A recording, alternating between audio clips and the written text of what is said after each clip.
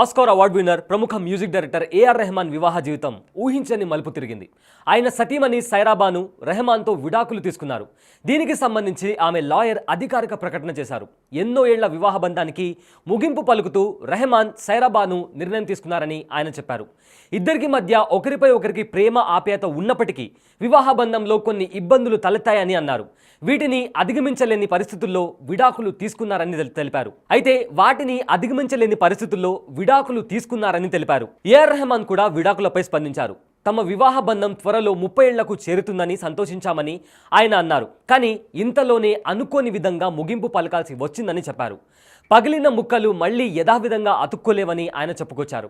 కానీ విడాకులకు తామిద్దరం ఒక అర్థం వెతుకుంటామని ఆయన అన్నారు. జీవితంలో ప్రజెంట్ అత్యంత కఠినమైన పరిస్థితుల్లో ఉన్నామని చెప్పారు. అయితే ఇలాంటి టైంలో స్నేహితులు ఇంకా సన్నిహితులు తమని అర్థం చేసుకుంటారని ఆయన చెప్పడం జరిగింది. సైరా ఏఆర్ రెహమాన్ పెళ్లి 1995లో చెన్నైలో జరిగింది. అంటే వారి వివాహ బంధానికి 29 ఏళ్లు నిండాయి. ఇక వీరికి ఖతీజా, రహిమా, అమినా అని 3 పిల్లలున్నారు. 29 ఏళ్ల తర్వాత వీరు విడిపోతున్నట్లు ప్రకటించడంతో అభిమానులు ఆశ్చర్యానికి గురయ్యారు.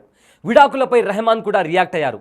అనుకోని విధంగా తమ వైవాహిక జీవితానికి ముగింపు పలకాల్సి వచ్చిందని, ఇలాంటి కఠిన పరిస్థితుల్లో స్నేహితులు తమ పర్సనల్ ప్రైవసీని అర్థం చేసుకుంటారని భావిస్తున్నట్లు ఆయన పోస్ట్ చేశారు.